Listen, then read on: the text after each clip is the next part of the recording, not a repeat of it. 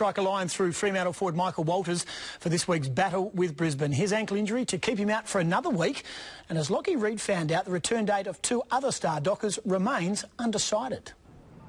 The unbeaten run has reached 6, but it seems there's no chance of a high-profile return this week. Michael Walters isn't ready, neither is Pavlich or Sandilands. Hopefully Michael will be available the week after, but the other two guys, it's going to be a work in progress. Pavlich suffering a setback several weeks ago after groin surgery. On track for when, we don't know. The rest of the squad reviewing and revitalising during the bye. The coach issuing them a challenge in the second half of the season. The premiers are the benchmark. You know, the Swans are dog hungry. With that honesty, it's hard to see Freo dropping their bundle, coming up 4 of their next 5 games in Perth. You can't play in finals till you've earned the right. And there's no chance of any player getting ahead of themselves, as Lockie Neale found out. His 43 possession first game back from injury sounded impressive. Playing waffles seconds, you'd want to be touching the footy, wouldn't you? Daniel Pearce training away from the main group this morning. The midfielder spent a lot of time testing out his hamstring.